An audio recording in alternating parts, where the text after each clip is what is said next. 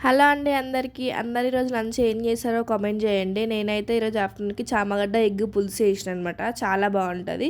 ఈ ప్రాసెస్‌లో చేసేయండి. ఫస్ట్ అయితే ప్యాన్ పెట్టుకొని ఆయిల్ పోసుకోవాలి. ఆయిల్ హీట్ అయిన తర్వాత జీలకర్ర వేసుకోవాలి. జీలకర్ర వేసిన తర్వాత నేనైతే ఆనియన్స్ని దంచిన అనమాట. రోట్లో వేసి మంచిగా కోర్సుగా దంచితే బాగుంటుంది చాలా. అట్లని కోర్సుగా దంచిన తర్వాత ఆనియన్స్ అనేది ఆ జీలకర్ర వేసిన తర్వాత వేయాలి. వేసిన తర్వాత కరివేపాకు కూడా వేసి మంచిగా కలుపుకోవాలి. ఒక 5 to 10 minutes మంచిగా అవి మగ్గనివ్వాలి. పచ్చి స్మెల్ అంతా పోయి వాటర్ కన్సిస్టెన్సీ ఎంత పోయి దాని తర్వాత అల్లం వెల్లిగడ్డ పసుపు వేసి ఒక 5 minutes ఉంచాలి.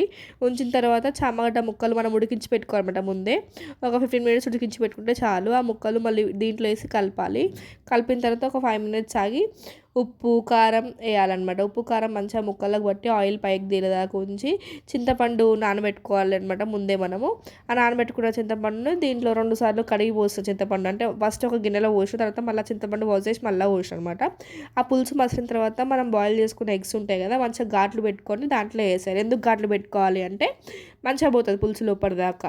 ఈ పులుసు ఇట్లా మంచిగా ఉడికిన తర్వాత ధనియాలు జీలకర్ర మెంతులు కలిసి పౌడర్ ఉందన్నమాట నా దగ్గర. ఆ పౌడర్ వేసిన ఫైనల్ కర్రీ అయితే సూపర్ వచ్చింది. బాగుంటుంది. ట్రై చేయండి ఒకసారి అయితే.